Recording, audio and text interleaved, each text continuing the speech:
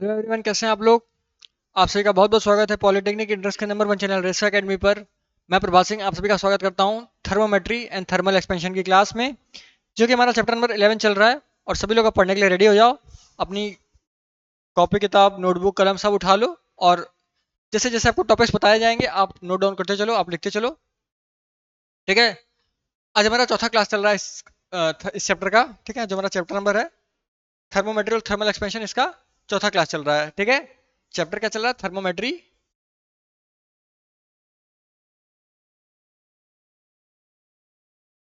And thermal expansion. ठीक है। इस चैप्टर का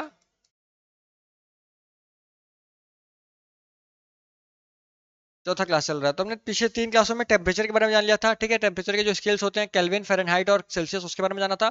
फिर थर्मल एक्सपेंशन के बारे में, जो हमारा लीनियर एक्सपेंशन होता है, रेखीय प्रसार, फिर आयतन प्रसार, फिर क्षेत्रीय प्रसार, फिर आयतन प्रसार, तीनों के बारे में जाना था। अल्फा बीटा गामा सबके बारे में पढ़ा। और लास्ट क्लास में हमने क्या पढ़ा था? आभासी प्रसार गुणांक, यानी अपरेंट अपरेंट एक्सपेंशन के बारे में, यानी जो आभासी प्रसार होता है और कैसा रियल यानी वास्तविक प्रसार जो होता है उसके बारे में जाना था। ठीक है, क्लियर।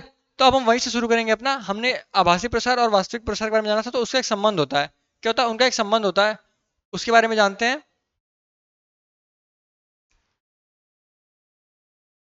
उसके बारे में जानते हैं, फिर आगे बढ़ेंगे। हमने लास्ट बताया था कि जो हमारा अपरेंट होता है, यानी इसको लिखते हैं डेल्टा वी, आभासी वृद्धि बटे बटे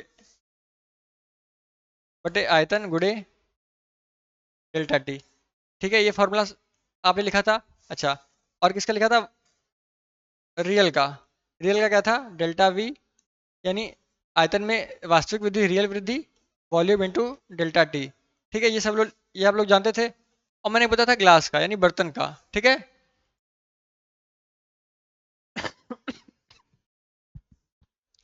यानी मैंने बर्तन का बताया था। तो बर्तन का क्या था? बर्तन का था वाई जी बराबर डेल्टा वी, यानी बर्तन के आयतन में वृद्धि डेल्टा वी इंटू जी बटे ओरिजिनल आयतन गुणे डेल्टा टी। ये तीनों, ठीक है, ये दोनों थे हमारे आभासी प्रसार गुणांक, वास्तविक प्रसार गुणांक और बर्तन का प्रसार गुणांक। ठीक है। अब इनमें एक संबंध होता है। इनमें एक संबंध क्या होता है? संबंध ये होता है, ध्यान से देखो, इनमें एक संबंध होता है कि जो हमारा वास्तविक प्रसार गुणांक होता है, वास्तविक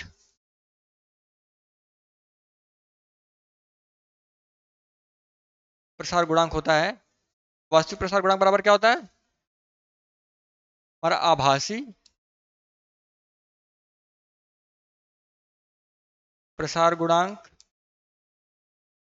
प्लस बर्तन का प्रसार गुणांक। ठीक है, क्या होता है? प्लस बर्तन का प्रसार गुणांक। क्वेश्चंस पूछे जाएंगे, ये फॉर्मूला बनता है, एक सिंपल सा है। ठीक है,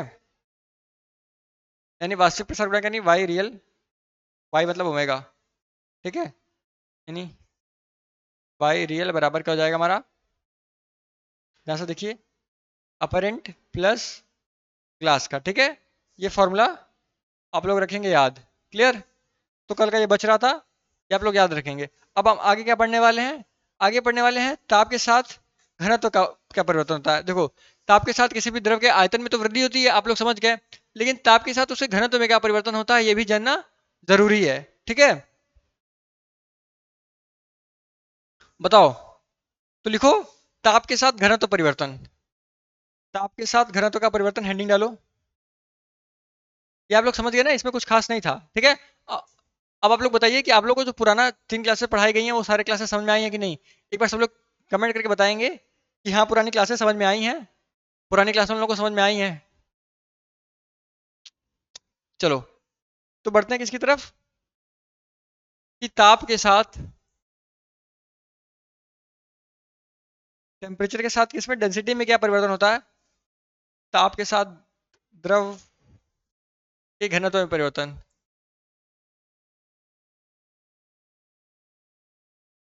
ताप के साथ घनत्व में परिवर्तन। ठीक है। अब आप लोगों को पता है, किसी कि घनत्व क्या होता है? घनत्व होता है मास अपॉन वॉल्यूम, यानी एकांक एकांक आयतन में कितना ज्यादा मास स्टोर किया गया है। किसी भी वस्तु के एकांक आयतन में कितना ज्यादा मास स्टोर किया गया है उसे कहते हैं घनत्व। अब जब किसी चीज को गर्म करते हैं तो क्या होता है, वॉल्यूम हमारा एक्सपेंड कर जाता है, वॉल्यूम बढ़ जाता है, लेकिन मास तो उतना ही रहता है। मास तो एक्स्ट्रा आता नहीं है, मास उतना ही रहता है, लेकिन वॉल्यूम बढ़ जाता है। अब बताओ, हमारा जो डेंसिटी होता है वो होता है मास अपॉन वॉल्यूम, ठीक है। अब अगर यहाँ पे हो जाए कि वॉल्यूम बढ़ जाए और मास उतना ही रहे, वॉल्यूम बढ़ जाए तो डेंसिटी क्या होगी? वॉल्यूम बढ़ेगा तो डेंसिटी कम होगी कि बढ़ेगी, बताओ? आप लोग खुद से बताओ। घट जाता है, ठीक है। तो एक सिंपल सा है कि डेंसिटी, वॉल्यूम, अरे, ताप के बढ़ाने पर वॉल्यूम बढ़ जाता है, ताप के बढ़ाने पर वॉल्यूम बढ़ जाता है तो डेंसिटी घट जाती है, ठीक है। ताप बढ़ाने पर वॉल्यूम बढ़ जाता है तो डेंसिटी घट जाती है, क्लियर। लेकिन ये किस तरह से घटती है, किस तरह से संबंधित होती है, उसके बारे में यहाँ पढ़ेंगे, ठीक है। उसके बारे में यहाँ पढ़ेंगे।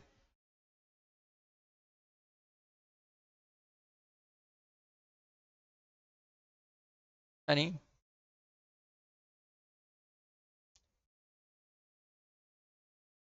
लिखो, वस्तु का आयतन,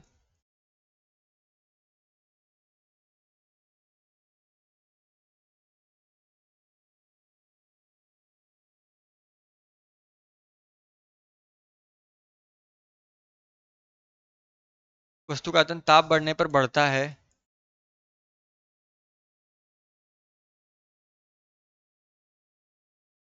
अतः उसका घनत्व निम्न रूप से कम होता है, ठीक है।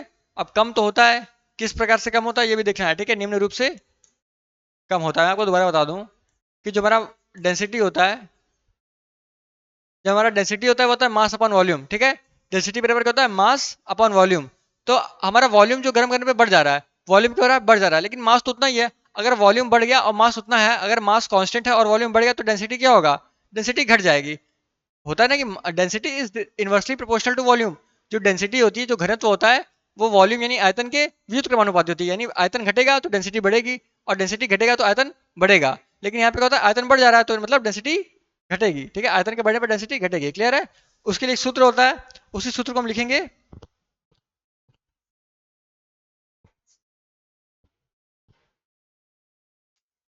dt बराबर, लिखिए सूत्र लिखिए,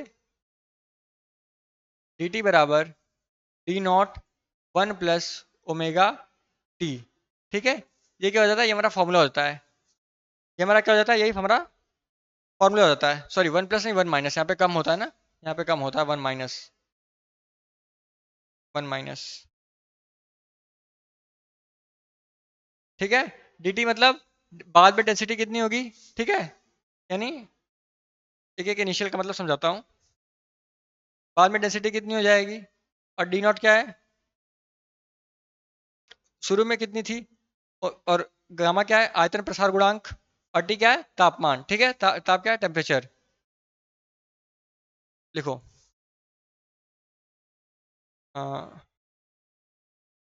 फाइनल डेंसिटी यानी जो बाद में हमारी डेंसिटी, बाद में घनत्व कितना हो गया, और ये इनिशियल डेंसिटी यानी शुरू में घनत्व कितना था। डी नॉट बराबर इनिशियल डेंसिटी, शुरू में घनत्व कितना था, और ओमेगा क्या है हमारा, हमारा क्यूबिकल, सॉरी क्यूबिकल नहीं, वॉल्यूम लिखते हैं, वॉल्यूम ज़्यादा यूज किया जाता है।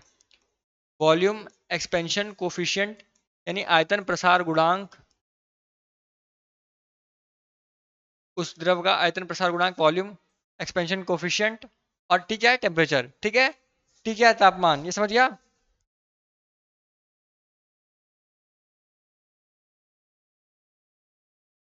ये डी नॉट जो है वो डेंसिटी क्या है, वो इनिशियल डेंसिटी, मतलब इनिशियल डेंसिटी मतलब किस टेम्परेचर पे, ये है हमारी 0 डिग्री सेल्सियस पे, ठीक है। 0 डिग्री, 0 डिग्री सेल्सियस पर इनिशियल डेंसिटी, यानी जो हमारी प्रारंभिक डेंसिटी मापते हैं, कहाँ मापते हैं, 0 डिग्री सेल्सियस पर मापते हैं, ठीक है। 0 डिग्री सेल्सियस पर डेंसिटी कितनी है, उसके बाद final density at T degree Celsius, ठीक है।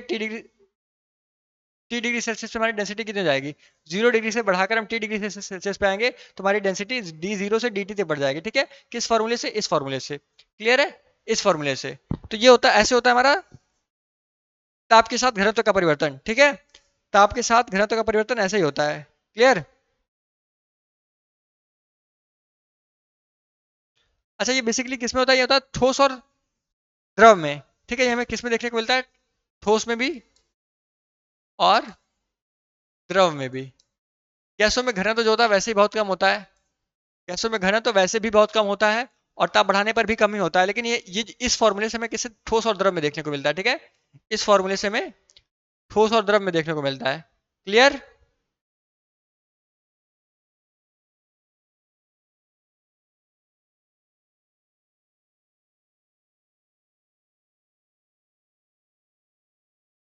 बताइए, क्लियर है कि नहीं, समझ में आ गया आप लोगों को। अब अगला अगला टॉपिक जो होगा हमारा, वो होगा जल का असामान्य व्यवहार, ठीक है। जल का असामान्य व्यवहार या असामान्य प्रसार, एबनॉर्मल एक्सपेंशन ऑफ वाटर। क्या होगा, एबनॉर्मल एक्सपेंशन ऑफ वाटर, यानी जल का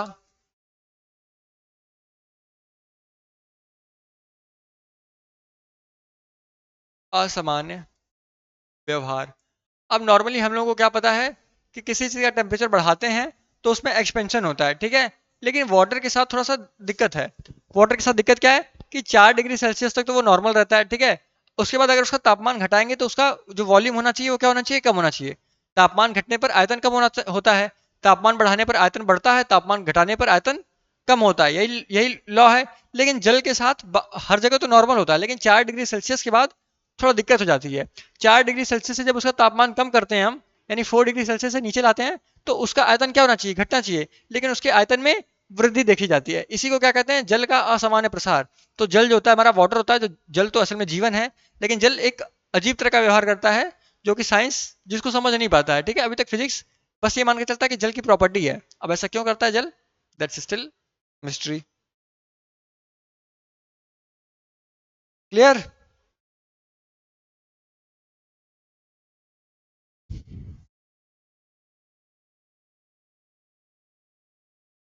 चलो, तो इसमें हम लिख सकते हैं, एक स्टेटमेंट लिख लो कि बाकी द्रवों के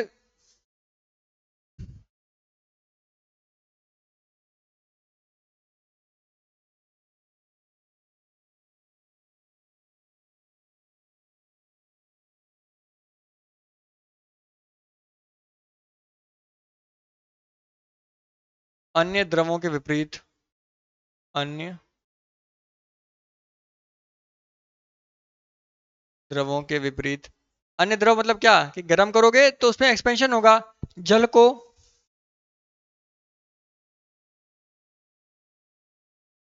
0 डिग्री सेल्सियस से गर्म करके 4 डिग्री सेल्सियस लाने पर उसके आयतन में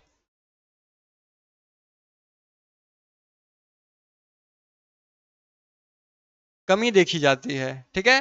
क्योंकि टेम्परेचर बढ़ाने पर आयतन बढ़ना चाहिए, टेम्परेचर बढ़ाने पर आयतन बढ़ना चाहिए, और टेम्परेचर घटाने पर आयतन घटना चाहिए, लेकिन उसके साथ उल्टा होता है, आयतन में कमी देखी जाती है।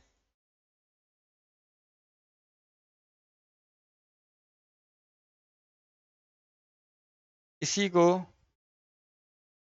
जल का असामान्य प्रसार कहते हैं। क्या कहते हैं, जल का असामान्य प्रसार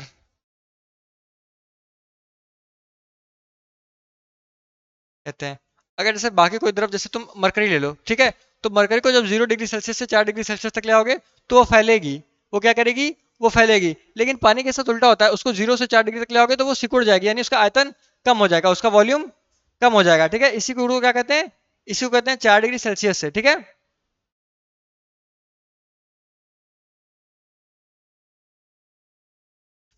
परंतु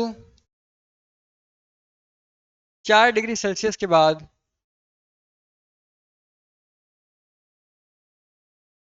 जल का आयतन भी सामान्य द्रवों की भांति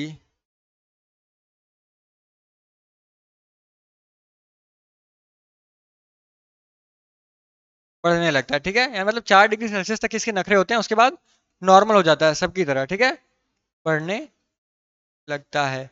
इसी को कहते हैं जल का असमान व्यवहार, या असमान व्यवहार कह लो, असमान प्रसार कह लो, कुछ भी कहते हैं, ठीक है। इसको एबनॉर्मल एक्सपेंशन ऑफ वाटर, ठीक है, इसको एबनॉर्मल एक्सपेंशन ऑफ वाटर भी कहते हैं। Abnormal expansion of water, abnormal expansion of water, ठीक है। केवल 0 से 4 डिग्री सेल्सियस के बीच में ऐसा होता है, 0 से 4 डिग्री सेल्सियस के बीच में ऐसा होता है, बाकी टाइम क्या होता है, वो नॉर्मली बिहेव करता है। क्लियर।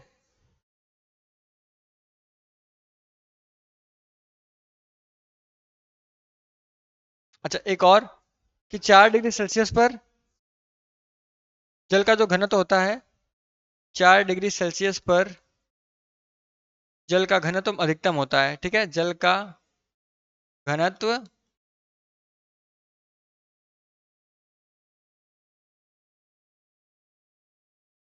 अधिकतम होता है। क्लियर। ये बातें समझ गए आप। तो जल के बारे में ये सारी बातें, ये तो इंपॉर्टेंट फैक्ट है, सबसे इंपॉर्टेंट फैक्ट आप लोग याद रखेंगे, ठीक है। ये इंपॉर्टेंट फैक्ट है, आप लोग ये बिल्कुल याद रखेंगे कि जल का जो घनत्व होता है वो 4 डिग्री सेल्सियस पर अधिकतम होता है, फिर 4 डिग्री सेल्सियस के बाद घटने लगता है, ठीक है। 4 डिग्री सेल्सियस के बाद घटने लगता है। जल का अधिकतम कहाँ होता है, 4 डिग्री सेल्सियस पर। और जल के असमान व्यवहार में हमने पढ़ा कि जो जल होता है उसको 0 डिग्री सेल्सियस से जब 4 डिग्री सेल्सियस पर गर्म करते हैं, यानी 0 डिग्री सेल्सियस से गर्म करके 4 डिग्री सेल्सियस पर लाते हैं, तो बाकी द्रवों की तरह उसका जो आयतन है वो बढ़ता नहीं है, उसका आयतन घटने लगता है, उसका आयतन घटने लगता है। लेकिन 4 डिग्री सेल्सियस पर ले जाने के बाद उसका आयतन नॉर्मल होता है, बाकी द्रवों की तरह फिर से बढ़ने लगता है, ठीक है। इसको क्या कहते हैं, इसको कहते हैं जल का असमान प्रसार या असमान व्यवहार, एबनॉर्मल एक्सपेंशन ऑफ वाटर, ठीक है। अब आगे बढ़ा जाए गैसों का ऊष्मीय प्रसार, ठीक है। आगे बढ़ते हैं गैसों के ऊष्मीय प्रसार में।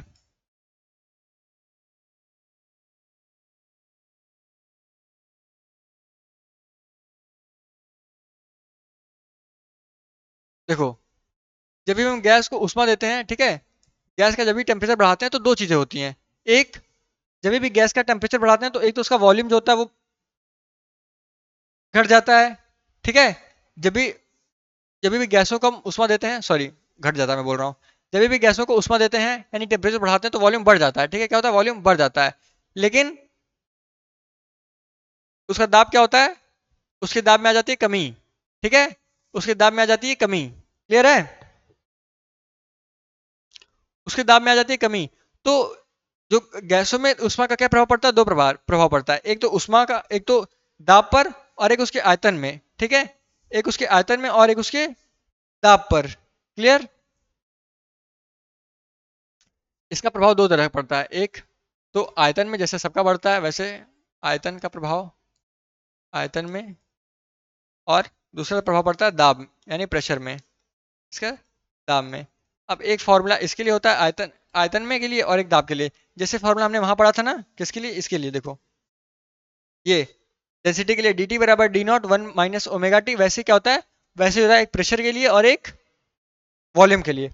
और वॉल्यूम बढ़ता है, ठीक है, वॉल्यूम बढ़ता है तो वॉल्यूम के लिए प्रेशर क्या हो जाता है हमारा, वी टी बराबर V naught one plus omega V, sorry omega T, ठीक है। ये हमारा फॉर्मूला हो जाता है, वी टी बराबर V naught one plus omega T. और ओमेगा कौन सा, ओमेगा यानी यहाँ पे आयतन प्रसार गुणांक की बात करेंगे, आयतन प्रसार गुणांक, ठीक है, आयतन प्रसार गुणांक।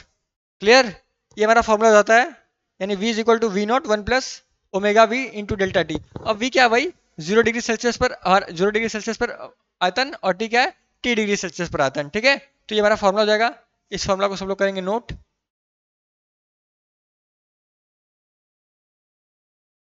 इसमें कुछ समझने जैसा नहीं है, इसमें बस फॉर्मूला है भाई, ठीक है। उसी तरह दाब का, ठीक है। अब जैसे दाब यहाँ आयतन में प्रसार होता है, अब ये दाब में प्रसार, यानी दाब प्रसार गुणांक यहाँ पे आएगा। तो ये हो जाएगा हमारा pressure at t degree Celsius बराबर pressure at 0 degree Celsius one plus omega, omega कौन सा, प्रेशर वाला, यहाँ पे दाब प्रसार गुणांक, यहाँ पे आयतन प्रसार गुणांक था, यहाँ पे दाब प्रसार गुणांक इंटू टी, ठीक है, इंटू टी। अब इसी फॉर्मूले को हम कहते हैं दाब, मतलब गैसों का उसमें प्रसार। यही दो फॉर्मूले होते हैं गैसों का उसमें प्रसार बताते हैं, ये दाब के संदर्भ में और ये एक वॉल्यूम के संदर्भ में, ठीक है। ये दाब के संदर्भ में और ये वॉल्यूम के संदर्भ में। क्लियर।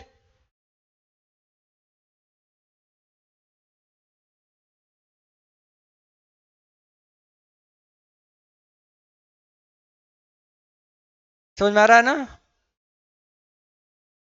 चलो, बहुत अच्छे फिर।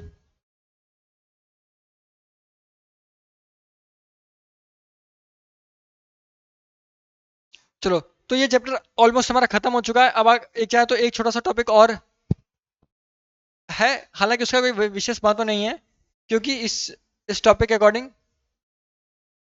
हमें कुछ रेखीय प्रसार गुणांक दिए रहेंगे, उनकी वैल्यूज हमें आनी चाहिए, ठीक है। हमें कुछ रेखीय प्रसार गुणांक, कुछ इंपॉर्टेंट एलिमेंट्स होते हैं, जैसे एल्यूमिनियम, ठीक है। इंपॉर्टेंट में हो गया एल्यूमिनियम। अच्छा, आप लोगों को पता है ना, रेखीय प्रसार गुणांक जो होता है अल्फा बीटा गामा का संबंध होता है, ठीक है। तो अगर मैं एक रेखीय प्रसार गुणांक लिखूं, तो आप क्या उसका क्षेत्रीय प्रसार गुणांक और आयतन प्रसार गुणांक अपने आप के होमवर्क बता सकते हैं? अगर मैं एल्यूमिनियम का रेखीय प्रसार गुणांक लिखूं, तो क्या आप इसका क्षेत्रीय प्रसार गुणांक क्या आप इसका क्षेत्रीय प्रसार गुणांक और आयतन प्रसार गुणांक बता सकते हैं खुद से? बिल्कुल बता सकते हैं ना। देखो, एल्यूमिनियम का रेखीय प्रसार गुणांक क्या हो जाता है? 2.5 इंटू 10⁻⁻5 पर डिग्री सेल्सियस, ठीक है। मात्रक मैंने बताया था, प्रसार का क्या होता है? पर डिग्री सेल्सियस, ठीक है।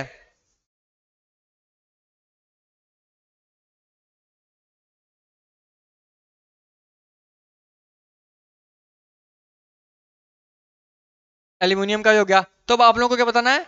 ये हमारा अल्फा हो गया, ठीक है, अल्फा बराबर हो गया। तो आप लोगों को बताना है कि बीटा क्या होगा और गामा क्या होगा, ठीक है।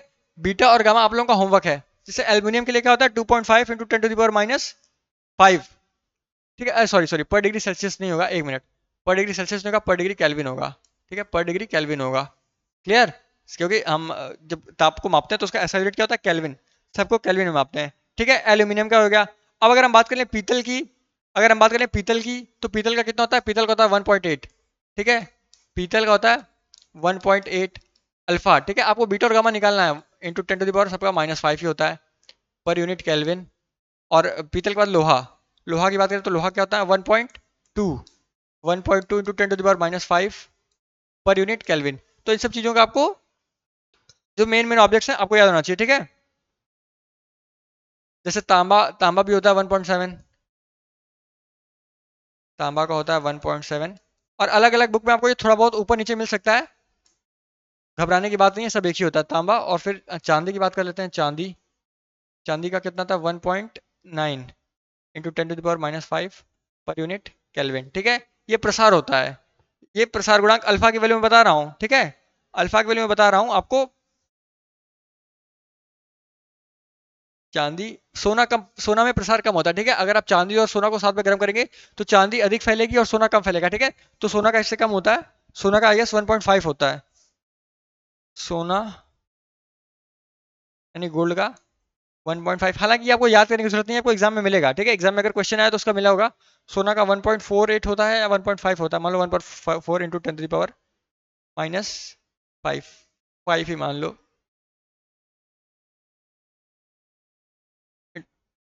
-5 पर यूनिट केल्विन, ठीक है। ये सारे मतलब चीजें होती हैं पीतल का रेखीय अल्फा। देखो, अब आप लोगों को क्या निकालना है? आप लोगों को बीटा और गामा होमवर्क पे निकालना है, ठीक है। आप लोगों को बीटा और गामा क्या करना है? होमवर्क पे निकालना है, ठीक है, सभी का। बीटा यानी क्षेत्रीय प्रसार गुणांक और गामा आप लोगों को किस में निकालना है? होमवर्क में, ठीक है। होमवर्क में निकाल के मुझे बताओ, क्योंकि आप लोगों को एक चीज पता है कि नहीं, कि अल्फा बराबर क्या होता है? अल्फा बराबर, sorry, alpha is to beta is to gamma को हम क्या करते हैं? 1:2:3। हमने अल्फा बता दिया। अब बीटा बराबर क्या होगा? बीटा बराबर होगा 2 अल्फा, गामा बराबर क्या होगा? 2 अल्फा, ठीक, सॉरी 3 अल्फा, ठीक है। अब आपको सबका बीटा और गामा बताना है, ये आप लोगों का होमवर्क रहेगा, ठीक है। तो ये हमारी क्लास आज खत्म हुई। चैप्टर नंबर 11 का थ्योरी पार्ट खत्म हो गया, ठीक है। Theory is done. अब हमें क्या करना है? अब हमें करना है क्वेश्चन। तो क्वेश्चन भी कैसे? क्वेश्चन दो तरह के, एक होते हैं जो इस थ्योरी के ऊपर बेस्ड होंगे, ठीक है, थ्योरी बेस्ड। और दूसरे क्या होंगे? Numericals, numericals. तो क्वेश्चंस के लिए मिलते हैं कल। आप अपने क्वेश्चंस, आप सारे फॉर्मूले वगैरह तैयार रखिएगा, ठीक है। आप सारे फॉर्मूले वगैरह तैयार रखिएगा, हम लोग मिलेंगे, क्वेश्चंस कल करेंगे और मजा आएगा, ठीक है। तो आज के लिए फिलहाल इतना ही, क्लास थोड़ी छोटी है मेरा, मतलब चैप्टर खत्म हो गया, टॉपिक खत्म हो गया। तो और क्वेश्चन अभी रेडी नहीं है, तो क्वेश्चंस कल रेडी होंगे। उसके साथ क्वेश्चंस के साथ हम आपको कल मिलेंगे, ठीक है। तब तक के लिए अपना ध्यान रखिए और मिलाकर पढ़ते रहिए। फिर मिलते हैं अगले लेक्चर में। Till then, take care.